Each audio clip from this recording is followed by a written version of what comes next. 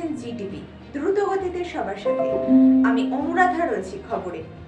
All India ইমাম Muazzuddin and social welfare organisation Domkol মহকুমা সভা।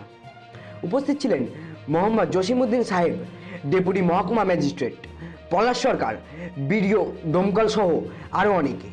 না, আমাদের প্রত্যেকটা ব্লকে হচ্ছে।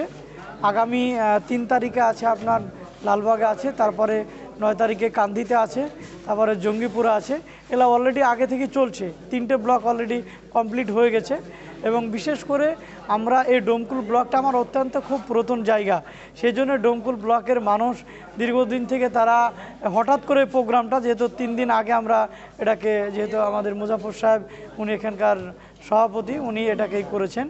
এবং তার সঙ্গে সঙ্গে আমরা বাপিদাকেও পেয়েছি, ডেপুটি ম্যাজিস্ট্রেট ওনাকেও পেয়েছিলাম, বিডিও সাহেবও ছিল, আমাদের এসআই সাহেব আছেন এবং মাস্টার আনসার সাহেব ছিলেন। অনেক ব্যক্তি আজকে মূলত পঞ্চায়েতের যারা দায়িত্বশীল তাদেরকে নিয়ে আমরা একটা ট্রেনিং বলতে পারেন বা আলোচনা বলতে পারেন, সেটা করলাম।